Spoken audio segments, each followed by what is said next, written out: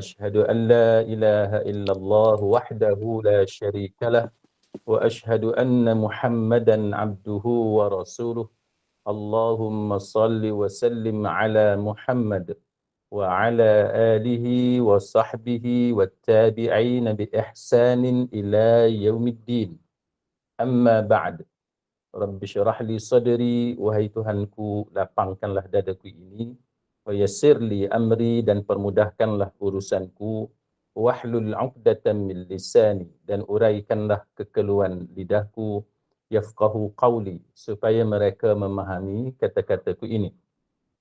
Rabbi zidni ilma, wahai Tuhanku, tambahkanlah ilmu kepadaku. Allahumma faqihna fid din, ya Allah, kurniakan kepada kami kefahaman tentang agama. Wa 'allimna at-ta'wil, dan ajarkanlah kepada kami ilmu ta'wil. Wahdinas siratal mustaqim, dan tunjukkan kepada kami jalan Engkau, jalan yang lurus. Amin ya rabbal alamin. Saudara-saudari, sahabat sahabiah, muslimin muslimat rahimakumullah. Tajuk kita pada pagi ini ialah berkenaan dengan hati seorang ayah ataupun hati seorang bapa. Walaupun pagi ini kita menggunakan istilah ayah ataupun bapa, dan majoriti kita pada pagi ini adalah di kalangan kaum hawa ataupun kaum wanita, ibu-ibu, tapi tidaklah bermaksud bahawa majoriti di kalangan kita pada pagi ini terkeluar dari topik. Tidak sebenarnya. Sebenarnya hati seorang ayah ataupun hati seorang ibu ni juga melibatkan hati seorang ayah ataupun hati seorang bapa ini juga melibatkan hati seorang ibu.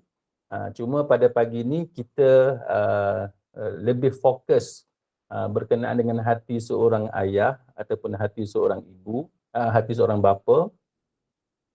Kerana kalau sebelum ni bila kita berbicara tentang anjuran ataupun perintah agama supaya anak-anak berbuat baik kepada ibu bapa, kebiasaannya kita akan lebih memberi keutamaan dan fokus bila berbicara tentang ibu bapa itu lebih banyak kepada ibu. Tambahan pula kita ada hadis summaman, kan, kemudian siapa, dan Nabi jawab ibumu, sampai 3 kali, kan. Ayah ataupun bapa ni tempat yang keempat. Jadi pada pagi ni kita pilih tajuk hati seorang bapa kerana ada ketikanya di kalangan kita ini yang dalam keadaan mereka berbuat baik kepada ibu, mereka sangat rapat dengan ibu, tapi mereka terlupa ataupun terabai di dalam menjaga hati dan perasaan seorang ayah, seorang bapa. Jadi agama ini memerintahkan kepada kita supaya kita tidak mengabaikan mana-mana pihak, sama ada ibu ataupun bapa. Cuma dari segi sunnahnya, keutamaan itu kita lebih mengutamakan ibu berbanding dengan bapa tanpa kita mengabaikan hati dan perasaan seorang bapa. Jadi itu antara pengenalan kepada tajuk kita pada pagi ini. Kemudiannya tajuk kita pada pagi ini akan berkisar kepada satu kisah, satu cerita berkenaan dengan bagaimana seorang bapa meluahkan perasaannya. Dan luahan ini sebenarnya menjadi panduan kepada kita semua walaupun kita bukan seorang bapa sekalipun. Luahan ini akan menjadi panduan kepada kita sebagai seorang bapa, menjadi panduan juga kepada kita sebagai seorang ibu, dan juga menjadi panduan kepada kita apabila kita menjadi seorang anak. Jadi sebab itu tajuk ini sebenarnya sangat relevan kepada kita semua walaupun namanya hati seorang bapa ataupun hati seorang ayah. Jadi pada pagi ini fokus kita kepada satu hadis iaitu anta wa maluka li abik. Kamu dan harta benda kamu adalah milik ayah kamu. Itu yang disebut oleh Nabi sallallahu alaihi wasallam. Dan hadis ini dinilai sebagai hadis yang sahih di sisi para ulama. Jadi hadis ini menjadi panduan kepada kita bahawa kita semua ni dan harta benda kita adalah milik ayah kita. Ya, jadi ayah kita boleh ambil harta kita dengan syarat-syarat yang tertentu. Anta wa maluka li abik.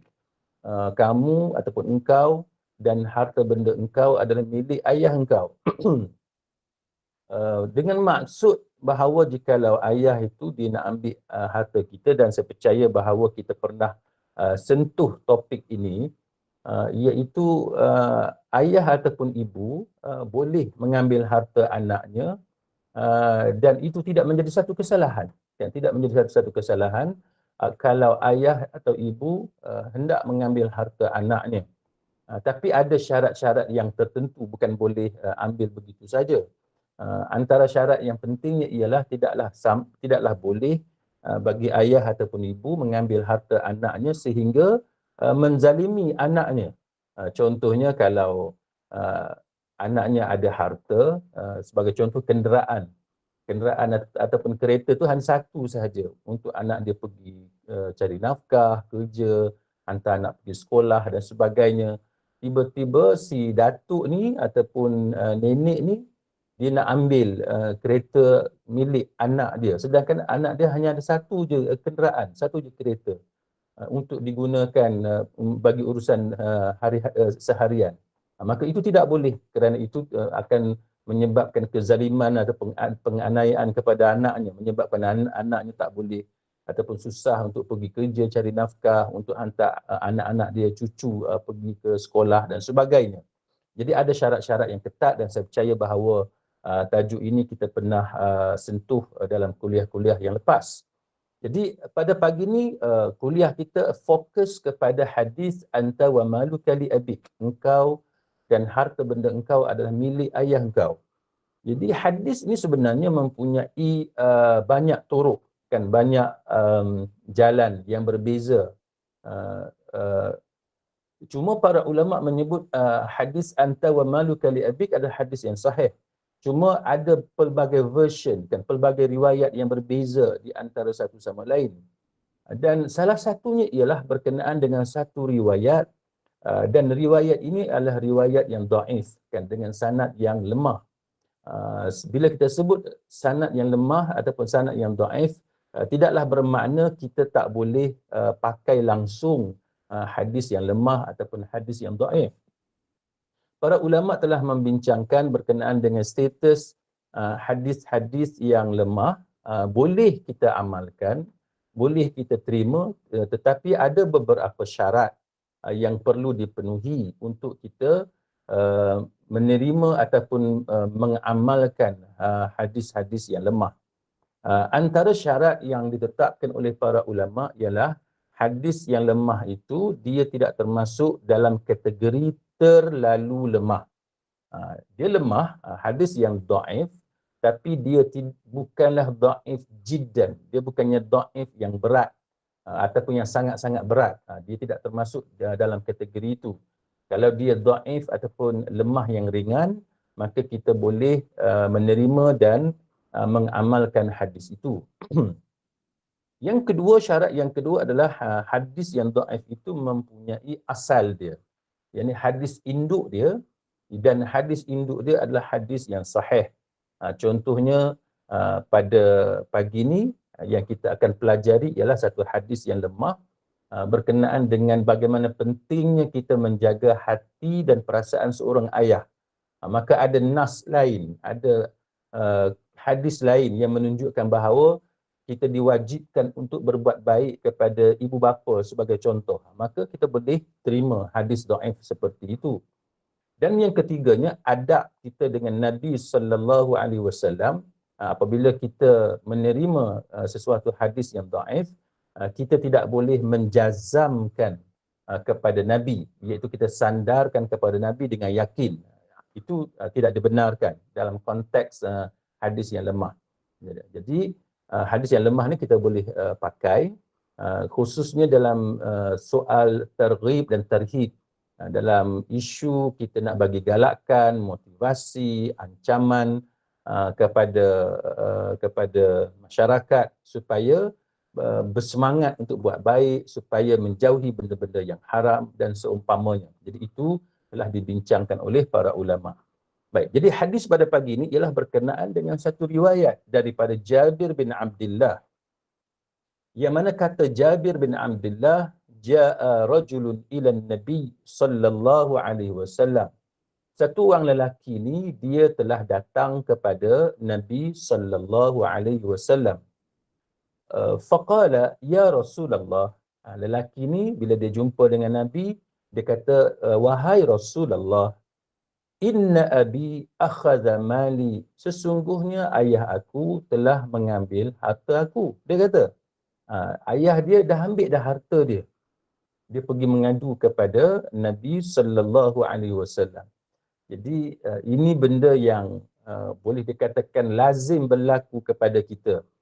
Kalau apa perasaan kita sebagai seorang anak kalau ayah kita ambil harta kita ataupun ibu kita ambil harta kita, walaupun hadis ni menceritakan tentang kisah seorang anak dengan bapa, tapi ia juga boleh terpakai kepada ibu, kan. Jadi kedua-duanya boleh kita pakai kepada bapa dan ibu.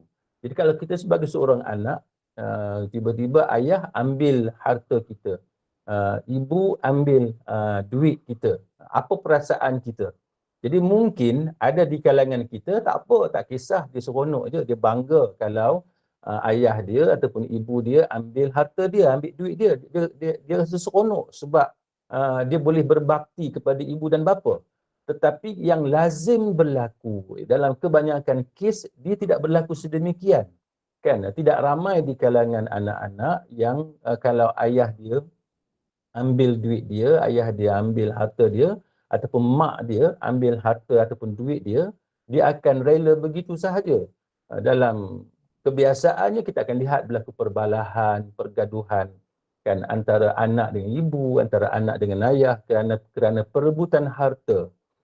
Saya sendiri, pengalaman saya di Mahkamah Syariah, memang setiap hari kita boleh lihat, kalau bukan setiap hari pun memang sering saya dan juga peguam-peguam lain boleh lihat bagaimana perbalahan yang berlaku antara ibu bapa dengan anak dalam soal perebutan harta benda ini.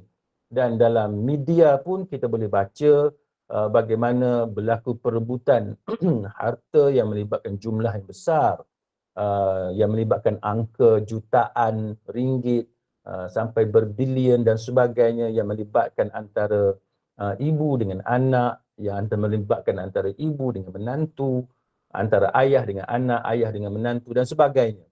Jadi ini merupakan satu perkara yang lazim berlaku dalam masyarakat kita. Maka hadis ini menjadi panduan dan pedoman kepada kita bagaimana sikap kita, attitude kita dalam memahami hati dan perasaan masing-masing. Terutamanya bagaimana perlunya kita mendidik anak-anak ini supaya memahami hati dan perasaan seorang bapa, hati dan perasaan seorang ibu. Kita tak boleh biarkan anak kita ini dengan dunianya yang sendiri. Dia perlu dididik, dibimbing supaya dia perlu juga menghormati hati dan perasaan kita sebagai seorang ibu, sebagai seorang ayah, ataupun kita sendiri sebagai anak. Kita perlu didik diri kita ini bagaimana untuk kita memahami perasaan ayah kita dan perasaan ibu kita. Jadi ini antara gist, intipati kepada kisah yang kita akan pelajari pada pagi ini. Maka hadis ni, bagaimana seorang lelaki ni dia mengadu kepada Nabi, dia kata, ya Rasulullah, wahai Rasulullah, inna abi akhadha mali. Sesungguhnya ayah aku telah ambil hartaku. Jadi dia kata ayah dia ambil harta dia. Dia pergi mengadu kepada Nabi sallallahu alaihi wasallam. Faqala Rasulullah sallallahu alaihi wasallam lirrajul. Maka bersabda Rasulullah sallallahu alaihi wasallam kepada lelaki berkenaan. Apa kata Nabi kepada lelaki itu? Nabi kata, izhab, pergilah kamu. Nabi kata, fa'tini bi abik. Nabi kata bawa, kamu pergi, kamu bawa kat sini ayah kamu tu. Sebab dia mengadu pasal ayah dia ambil harta dia, maka Nabi kata pergi, kamu balik, bawa ayah kamu datang sini. Selepas itu, fanazala Jibrilu 'ala Nabi sallallahu alaihi wasallam. Lepas tu turun malaikat Jibril alaihi salam kepada Nabi sallallahu alaihi wasallam. Dan faqala, kata Jibril kepada Nabi, innallaha yuqri'uka salam, sesungguhnya Allah menyampaikan salam kepada kamu. Amalan kita kirim salam ni, kirim salam. Kita let's say kita pergi rumah adik-beradik kita, bila kita sampai rumah adik-beradik kita, suami dia tak ada ataupun pasangan dia tak ada. Kita kata kita berbual, bersembang, bercakap-cakap di rumah dia, makan, minum dan sebagainya. Kemudian kita nak balik, kita pun bagi tahu kepada adik kita tadi, kirim salam dekat suami kan, ataupun kirim salam dekat isteri, ataupun apa-apalah kan, sebab tuan rumah tak ada ataupun pasangan dia tak ada, kita kata kirim salam. Jadi sebenarnya amalan ataupun perbuatan kirim salam ni memang sunnah. Memang termasuk dalam apa yang diajarkan oleh Nabi sallallahu alaihi wasallam. Sebab itu menandakan kita mengingati dia kan, kita mengingati dia.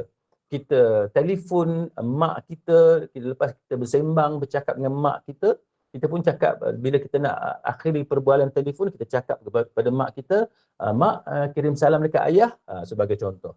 Ataupun bila kita bercakap dengan ayah kita, kita kata dekat ayah kita, ayah kirim salam dekat mak kan. Samalah bila kita telefon menantu kita, telefon anak kita, kita cakap pada anak kita, kirim salam dekat menantu kan, dan sebagainya. Jadi itu adalah satu amalan yang memang termasuk dalam sunnah yang diajarkan oleh Nabi sallallahu alaihi wasallam. Itu mempereratkan hubungan persaudaraan kita, tali silaturrahim dan seumpamanya. Walaupun mungkin antara kita ada yang memandang ini sebagai benda yang kecil, benda yang remeh-temeh ataupun titik bengit, tapi ia sebenarnya satu amalan yang berpahala, amalan yang sangat bagus untuk kita amalkan. Jadi kalau ada orang kirim salam, contohnya kepada suami kita pun bagi tahu kepada kita, pasangan kita bagi tahu, dia kata si fulan telah kirim salam. Jadi kita boleh jawab sama ada wa alaihi salam, maksudnya dan kepada dia, kepada orang yang kirim salam tu salam kesejahteraan, ataupun kita boleh juga jawab wa alaika wa alaihi salam, iaitu kepada engkau, yakni orang tengah tu, dan juga kepada orang yang kirim salam. Dua-duanya sekali kita doakan supaya mereka mendapat kesejahteraan, keselamatan. Jadi itu antara sunnah sebenarnya dalam kehidupan kita yang bagus untuk kita amalkan. Jadi Jibril alaihissalam dia turun jumpa dengan Nabi, innallaha yuqri'uka salam, sesungguhnya Allah kirim salam kepada engkau wahai Nabi, wa yaqul idza ja'aka syekh. Jibril kata, bila datang sahaja orang tua tu, yakni ayah kepada lelaki yang komplain kepada Nabi, yang mengeluh pasal bapa dia ambil harta dia itu, maka Jibril kata idza ja'aka syekh, bila datang je orang tua tu, yakni bapa kepada lelaki itu, fasalhu an syai' qalahu fi nafsihi ma sami'anhu udhunah. Tanya dia apa dia benda yang ada dalam hati dia, yang dia berkata-kata dalam hati dia, yang tidak didengar oleh telinga dia. Maknanya yang dia tak ucapkan. Tanya, macam mana hati seorang ayah, kan, hati seorang bapa bila anak dia komplain macam tu. Jadi sekarang tanya hati dan perasaan seorang bapa. Dan benda ni boleh terpakai kepada kaum ibu juga kan, bila anak buat satu benda yang menyakitkan hati kita kan, anak protes, anak buat mimik muka, body language, cara dia pandang kita menyakitkan hati kita, tanya dia Kan? Tanya si ibu itu, dalam hati ibu tadi, apa dia? Hati ibu ni berbicara. Dia apa yang dia berkata-kata dalam hati dia, yang dia tidak ucapkan dengan bibirnya, dengan lidahnya. Sebab kita kadang-kadang, sama ada kita sebagai seorang ayah ataupun kita sebagai seorang ibu, bila kita berkonfrontasi, bila kita ada konflik, ada isu, ada masalah dengan anak-anak ni, ada masa kan, ada masa kita tak sanggup nak sebut sesuatu benda kepada anak kita, tapi kita sedang berkata-kata dalam hati kita. Kita sedang berkata-kata. Jadi apa dia? Benda yang biasanya seorang ibu ataupun seorang bapa berkata-kata dalam hati dia yang dia tak ucapkan dengan lidah dia, dengan mulut dia. Jadi ini antara perkara yang disebut dalam hadis ini. Jadi Jibril bagi tahu, tanya kepada lelaki tua itu, si bapa tadi, apa yang dia sebut dalam hati dia, yang dia berkata-kata dalam hati dia, yang dia tak ucapkan dengan lidah dia. Falamma jaa asy-syaikh qala lahu an-nabi sallallahu alaihi wasallam ma zala ibnuka yashku ka'annaka ta'khudhu malah. Jadi bila datang je lelaki tua tu, si ayah ni datang kepada Nabi sallallahu alaihi wasallam, lalu Rasulullah sallallahu alaihi wasallam berkata kepada lelaki tua ini, kepada si ayah ini, apa yang menyebabkan anak engkau ni mengadu bahawa engkau ni ambil harta dia. Betul ke? Kan, betul ke yang engkau ni pergi ambil harta dia? Kemudian jadi apabila Nabi bagi tahu kepada lelaki itu yang si anak ni mengadu, si ayah dia ambil harta dia, maka si orang tua ni, si bapa ni kata, tanyalah kepada dia, wahai Rasulullah, apakah aku gunakan, belanjakan harta itu untuk siapa kan? Untuk siapa? Untuk waris saudara yang mana kan? Ataupun untuk diri aku sendiri? Aku guna duit tadi ataupun harta tadi. Tanya dia. Maka kata Nabi sallallahu alaihi wasallam kepada lelaki tua ini, dia kata, lupakanlah hal itu. Kemudian Nabi kata, ceritakan kepada aku tentang sesuatu yang kamu ucapkan dalam hatimu yang tidak didengar oleh kedua telingamu. Jadi dalam hadis ni, dalam riwayat ni kata, Nabi suruh si lelaki tua tadi, si bapa tadi, bagi tahu, luahkan apa yang dia berbicara dalam hati dia, yang mana dia tak ucap, yang tak boleh didengar oleh telinga. Maknanya dia berkata-kata hanya dalam hati. Dia tak luahkan, dia tak keluarkan apa yang ada dalam dada dia.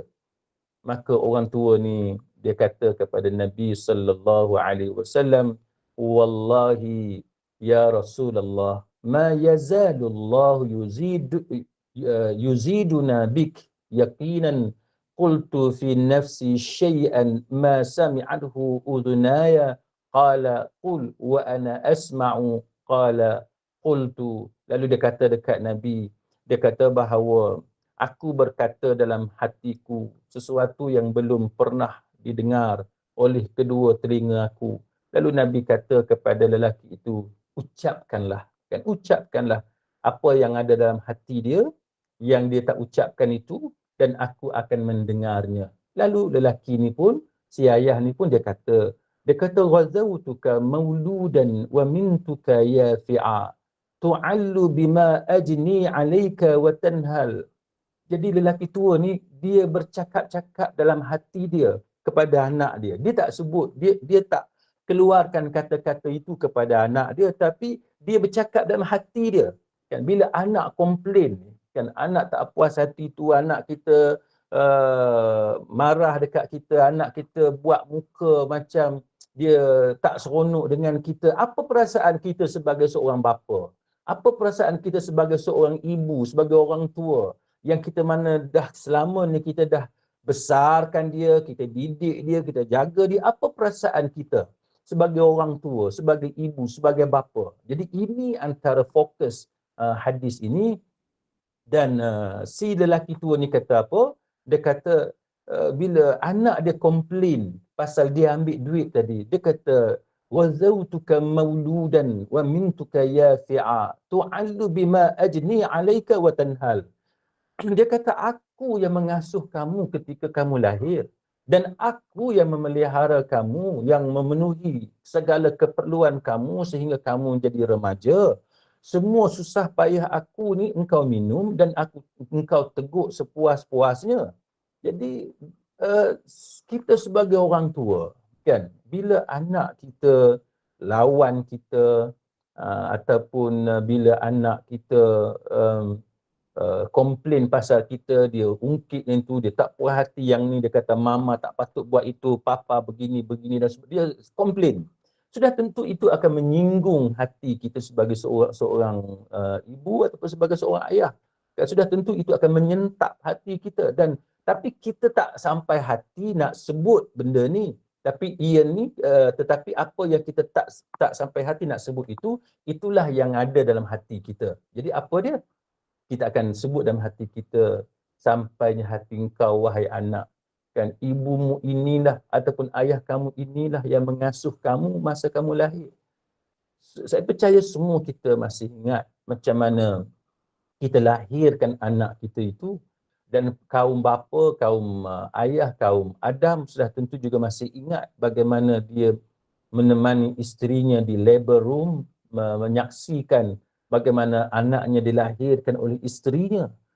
Lahir bukan dalam keadaan yang dipenuhi dengan suatu nikmat yang seperti yang disangkakan. Nikmat itu ada, tapi nikmat yang disertai dengan darah. Kan, nikmat yang disertai dengan air yang busuk. Nikmat yang disertai dengan kesakitan yang amat sangat, yang diumpamakan nyawa di hujung rambut, bagaimana kaum wanita yang melalui pengalaman melahirkan anak kan, dalam keadaan yang sebegitu dahsyat, malah kita tahu ada yang terpaksa melalui pembedahan, malah tidak kurang juga yang meninggal dunia ketika melahirkan anak, menggambarkan betapa sakitnya proses melahirkan anak. Tiba-tiba anak ini dengan sewenang-wenangnya, dengan mudahnya menuturkan kata-kata yang menyinggung perasaan kita sebagai seorang ibu yang melahirkan dia. Yang meluahkan perkataan yang menyentap hati kita sebagai seorang bapa. Sedangkan kita yang mengasuh dia sewaktu dia masih kecil, sewaktu dia masih belum mengerti apa-apa, kita asuh dia, kita jaga dia, kita penuhi segala keperluannya. Dan kalau kita ingat bagaimana setiap apa yang dia mahu, kita belikan semuanya. Toys, kan, barang mainan, apa yang dia inginkan, apa yang dia mahu makan, yang dia ingin minum dan sebagainya, segala-galanya kita berikan kepada dia. Dan anak-anak ini juga perlu disedarkan. Kalau dia selalu meminta barang yang mahal, kan, kalau ayahnya, ibunya seorang profesional, ada harta dan sebagainya, ataupun ada kemampuan, masing-masing ada telefon berjenama yang tertentu, anak juga request, minta, kan, malah ada yang paksa ayah ataupun ibu dia belikan juga handphone yang berjenama, sedangkan dia masih lagi belajar, kan, di sekolah, tapi juga mempunyai nafsu yang besar. Dan bagi ibu dan bapa yang berkemampuan, mereka belikan turuti apa sahaja yang diinginkan oleh si anak. Malah ada anak yang inginkan motosikal sebagai contoh yang mahal, ayah dan ibu sanggup belikan. Malah hal ini juga berlaku kepada di semua peringkat, termasuk di kalangan ibu ataupun bapa yang kurang berkemampuan, sehingga kan ayah ataupun ibu sanggup memakai pakaian ala kadar kerana ingin memberi keutamaan kepada si anak. Kita perlu sedarkan kepada anak ini, ada ketikanya anak boleh memakai kasut yang harganya lebih mahal daripada kasut yang dipakai oleh ibu dia ataupun ayah dia. kan ayah dan ibu sanggup tahan nafsunya untuk memakai pakaian yang berjenama semata-mata kerana wang itu hanya cukup untuk dibelikan pakaian kepada anak dia, menyebabkan anaknya lebih kemas, lebih cantik pakaiannya, lebih mahal, lebih berkualiti, sedangkan si ibu ataupun si ayah ni memakai pakaian ala kadar. Itu contoh bagaimana hati dan perasaan seorang ibu dan seorang ayah yang sangat gembira sebenarnya kalau mereka dapat mencantikkan anak mereka, memberikan pakaian yang bagus-bagus kepada anak mereka, sedangkan mereka sendiri sanggup memakai dengan pakaian ala kadar. Jadi anak perlu difahamkan tentang bagaimana hati dan perasaan kita sebagai orang tua, sebagai ibu dan sebagai bapa. Kemudian lelaki ni kata, "Iza laylah dhafatka bisuqmi lam abat bisuqmika illa sahiran atamalmal." Bila engkau sakit pada waktu malam, aku ni tak boleh tidur, kan? Sebab engkau sakit yang engkau deritai. Aku ini resah gelisah, tak boleh tidur kerana sedih dan bimbang. Ini berlaku kepada sesiapa jua yang jadi seorang ibu, yang jadi seorang ayah. Anak komplain, anak ni hanya pandai komplain, tak puas hati tu, tak puas hati ni.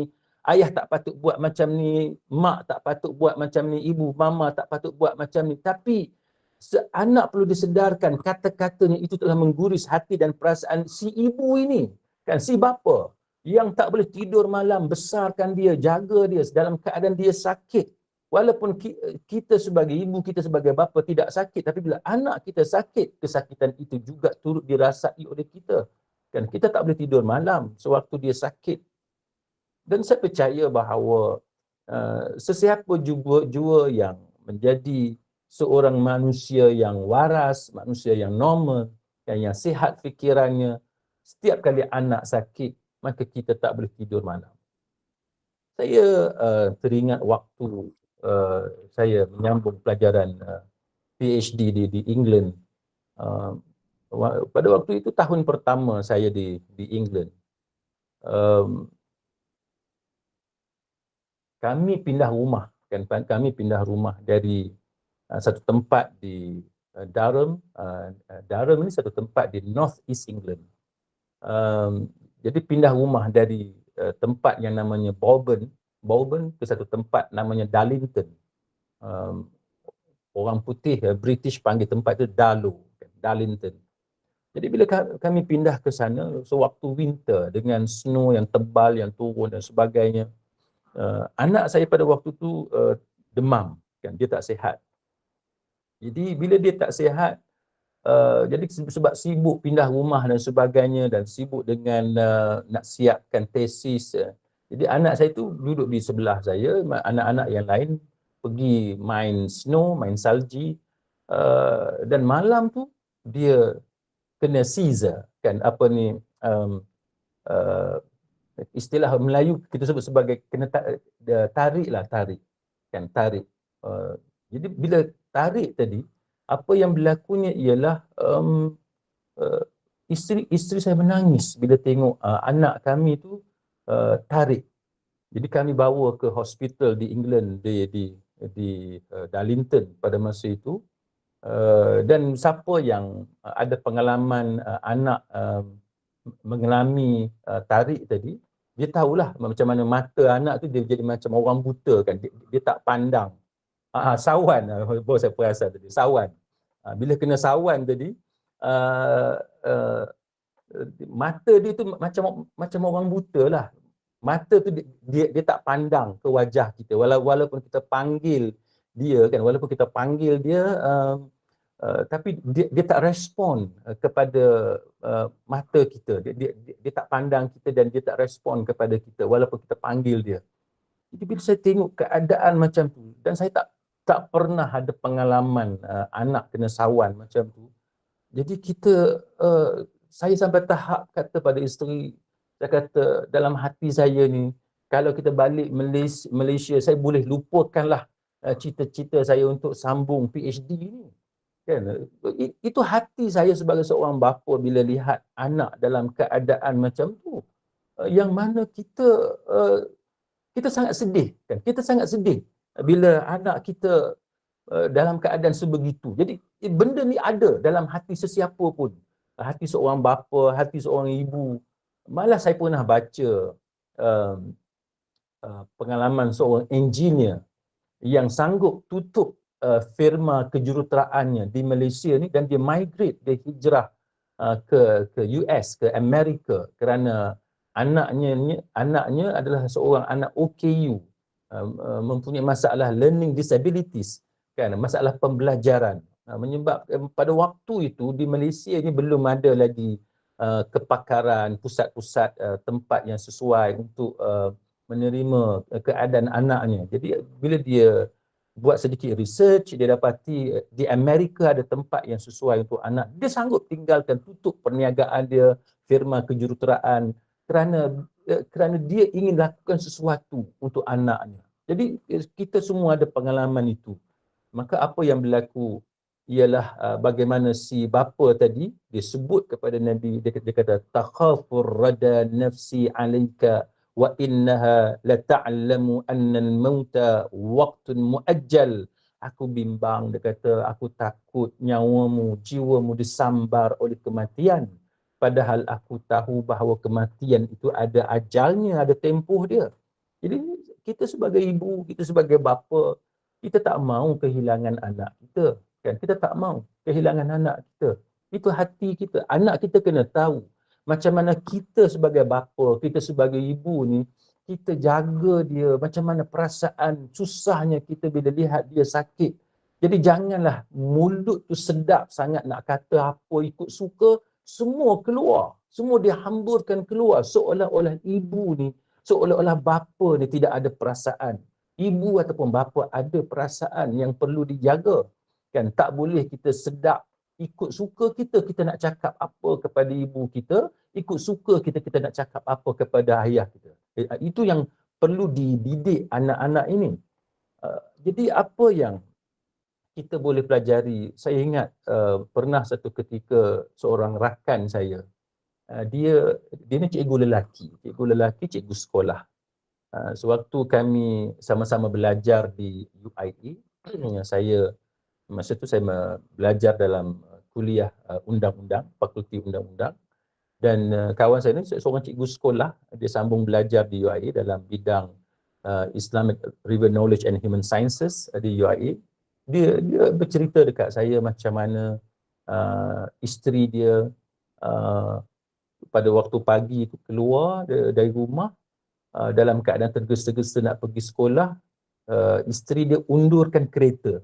Dan isteri dia undurkan kereta, isteri tak sedar yang anak dia ni, ada satu orang anak dia yang masih kecil, berjalan keluar daripada rumah, follow dia, ikut belakang dia, dan dia tak sedar anak dia follow di belakang, dan anak tu pergi ke belakang kereta. Tuan-tuan dan puan-puan boleh bayang macam mana seorang ibu yang sedang tergesa-gesa nak pergi sekolah pada waktu pagi, dia undurkan kereta dia dan dia langgar anak dia. Meninggal dunia anak dia. Qadarullah, kerana Allah Ta'ala telah mentakdirkan sedemikian.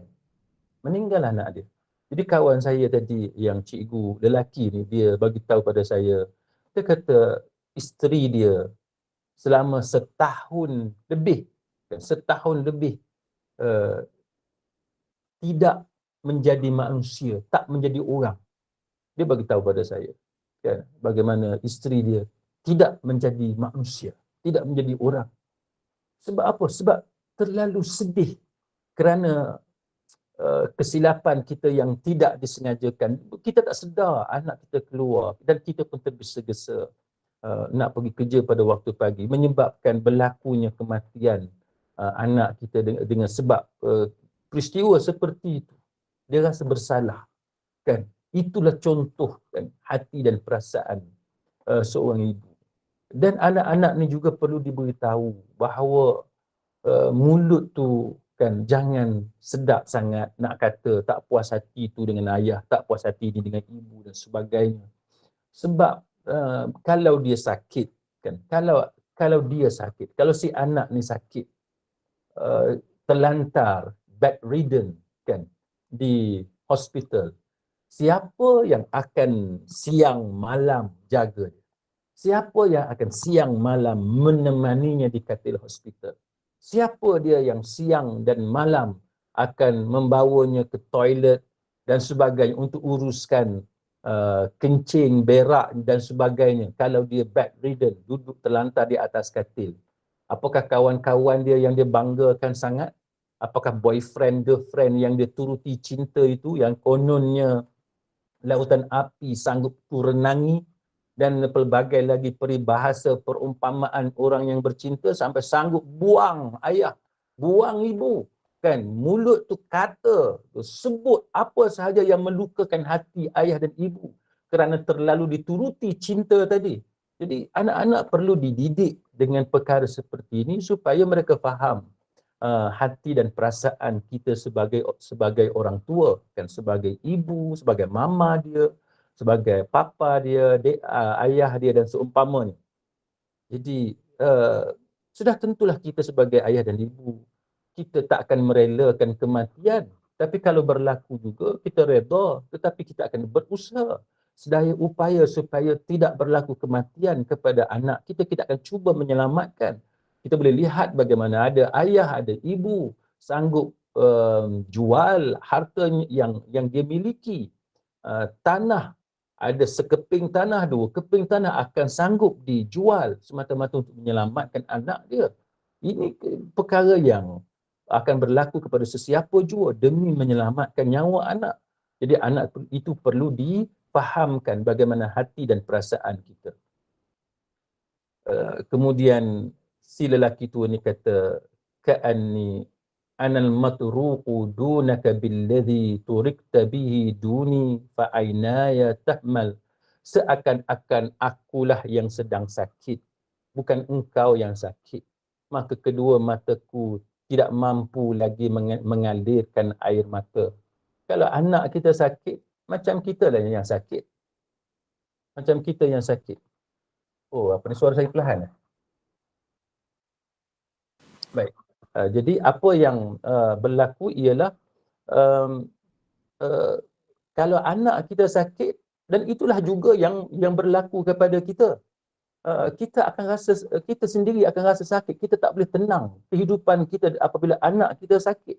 Saya lihat sendiri bagaimana salah seorang saudara saya mempunyai anak OKU yang daripada sejak lahir bedridden, kemudian sampai usia 20 tahun anak lelaki dia hidup, kan, hidup, tetapi hidup dia dalam keadaan terlantar. Seorang anak OKU yang tak mampu bangun dari tempat tidur, dari tilam, tak mampu bangun. Apa yang berlaku? Saya lihat sendiri saudara saya tadi kurus kering. Kita lihat bagaimana matanya yang hitam, di bawah matanya kita tahu penderitaan yang dia alami. Jadi kalau anak sakit, ayah juga akan merasai kesakitan itu, ibu merasai kesakitan itu. Kemudian kata lelaki ini, ja'alta jazai ghilzatan wa fazazah ka'annaka antal mun'imul mutafaddil. Tapi si ayah ni kata pada anak dia, engkau balas budi aku, engkau balas kebaikan yang aku buat dengan sikap yang keras dan kata-kata yang kasar, seakan-akan engkaulah yang telah berjasa dan berbuat baik kepada aku. Kita kena bagi tahu pada anak kita. Nak cakap kepada ayah, kepada umi, kepada mama, kata-kata tu jaga elok-elok. Kan? Perhatikan perkataan itu, jangan ikut suka je nak cakap apa pun. Seakan-akan engkaulah yang berjasa kepada ibu selama ni. Sedangkan ibu yang jaga engkau, ibu yang buat baik kepada engkau, ibulah yang menderita selama ini. Kan? Anak perlu dididik. Apabila nak berkata-kata kepada ayah, dia kena perhatikan perkataan yang dia guna. Jangan keras dan jangan menggunakan kata-kata kasar, seolah-olah dia pula yang berbakti, berjasa kepada kita. Sedangkan kita yang jaga dia, yang mengasuh dia, yang menderita kan untuk membesarkan dia. Dan kemudian kata si ayah tadi, seandainya engkau tidak mempedulikan hak aku sebagai seorang ayah, maka engkau anggaplah aku ini seperti jiranmu. Layanlah aku ini seperti seorang yang berbuat baik kepada jiran. Dia kata kalau engkau ni sampai tahap tidak peduli lagi aku ni sebagai seorang ayah, kalau ibu tak perhatikan lagi, tak pedulilah hak aku sebagai seorang ibu, tak boleh buat baik kepada kita sebagai ibu dia, sebagai ayah dia, maka si ayah ni kata sekurang-kurangnya engkau berbuat baiklah kepada aku sebagaimana engkau berbuat baik kepada jiran. Paling kurang buat baik kepada jiran pun tak apa, kata lelaki tua ini kepada anak dia.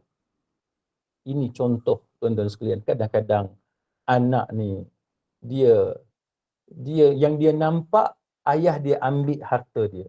Yang dia nampak ibu dia ambil harta dia dan dia terus komplain.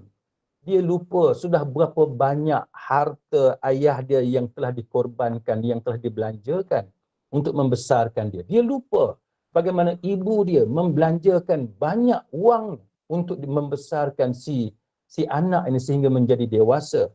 Tapi bila ayah ataupun ibu ambil sedikit daripada hartanya, maka dia terus tidak puas hati. Jadi ini yang perlu kita sedarkan kepada anak-anak kita. Saya sendiri sewaktu mula-mula jadi peguam dahulu, baru kahwin kan, kita pun pada waktu itu masih muda, usia 25 tahun, nak beli kereta kan. Kita baru habis chambering, baru tamat chambering 9 bulan. Bulan pertama bekerja sebagai seorang advocate and solicitor. Saya ingat lagi, ibu saya tanya, nak beli kereta apa kan, maksud ini kisah ni pada tahun 96 97, dengan gaji permulaan sebagai lawyer pada masa tu, apa sangat kereta yang mampu kita beli. Jadi saya bagi tahu pada ibu saya nak beli kereta Iswara Aerobat, sebab itulah yang saya mampu. Jadi ibu saya kata tak apa, ibu kata belilah kereta Wira kan. Saya kata duit tak ada, nak cari down payment pada masa itu dalam kira-kira RM10,000, di mana nak cari duit RM10,000? Ibu saya kata tak apa, mak ada duit. Dia kata mak ada duit, mak akan bagi duit RM10,000. Kalau kamu tak mampu bayar pun, bayar kemudian, tak apa, bila-bila ada duit. Itu contoh kan pengorbanan seorang ibu. Ibu dia ada duit tapi dia tak kisah untuk dia belanjakan untuk anak dia. Dan saya lihat bagaimana ada ibu dan bapa yang pencen, duit ada ratusan ribu, bila anak menantu beli rumah, berpindah ke rumah baru yang baru dibeli, dia bagi wang yang dia ada tadi untuk anak menantu buat renovation rumah kan. Seorang ibu, seorang ayah tak kisah pun membelanjakan ratusan ribu ringgit, sebab mereka mengatakan bahawa mereka pun di hujung usia dah tak boleh nak pergi jauh dan sebagainya. Jadi wang ni baik diberikan kepada anak dia untuk anak dia gunakan. Itu contoh yang perlu diperhatikan oleh anak-anak. Bagaimana ibu dan ayah ni tak kisah pun untuk belanjakan harta yang banyak sekian lama sampai mereka berusia 20-an, 30-an sampai menjadi orang dewasa. Sudah berapa banyak harta yang telah dihabiskan, yang dibelanjakan oleh ayah dan ibu. Maka janganlah anak-anak ni dibiarkan untuk berkata-kata ikut suka hati dia. Tak boleh. Kan kita perlu didik dia supaya layan kita sebagai ibu, sebagai bapa dengan layanan yang baik. Selepas mendengar kata-kata lelaki ini, fabaka Rasulullah sallallahu alaihi wasallam wa akhadha bitalbib ibnih wa qala anta wa maluka li abik. Maka Rasulullah sallallahu alaihi wasallam menangis dan Nabi pegang baju bahkan dada si anak tadi, dan Nabi kata kepada si anak tadi, anta wa maluka li abik, engkau dan harta benda engkau adalah milik ayah engkau. Ini latar belakang kepada hadis anta wa maluka li abik. Maka dengan sebab itu sahabat-sahabat sekalian, mudah-mudahan kita pada pagi ini kita dapat besarkan anak kita, jaga mereka menjadi orang yang mempunyai akhlak yang baik, kan, hormat pada ayah, hormat pada ibu. Dan kalau kita sebagai seorang anak, kita semailah dalam diri kita penghormatan yang tinggi. Kita muliakan ayah kita, muliakan ibu kita. Dan kata Nabi sallallahu alaihi wasallam dalam hadis yang lain, al-walidu awsatu abwabil jannah fahfaz ala dhalika in syi'ta aw da'hu. Ayah ataupun bapa ini adalah pintu syurga yang paling tengah. Maka jagalah pintu tersebut jikalau engkau mahu, atau tinggalkanlah pintu tersebut atau pulang. Kita nak ke tidak pintu tengah yang disediakan kepada kita untuk kita masuk di tengah-tengah syurga, itu terpulang kepada kita. Tanyalah diri kita sendiri. Kalau kita mahu masuk ke dalam syurga melalui pintu yang di tengah-tengah itu, maka berbuat baiklah kepada ayah kita. Dan sudah tentu lebih-lebih lagi ibu kita, insya-Allah. Sekadar itu saya serahkan semula kepada Puan Zainun selaku moderator pada pagi ini, jikalau ada sesi soal jawab. Wallahu a'lam. Terima kasih. Ya, mungkin ada yang nak bertanya sebarang kemusykilan atau luahan apa-apa Ustaz kan? Luahan. Ya. Okeylah, Nak mungkinlah ada luahkan. kaitan lah antara apa-apa isu yang kita topik perbincangan ni kan. Okey, mungkin ada yang antara jemaah kita yang nak bertanya sebarang kemusykilan, dipersilakan.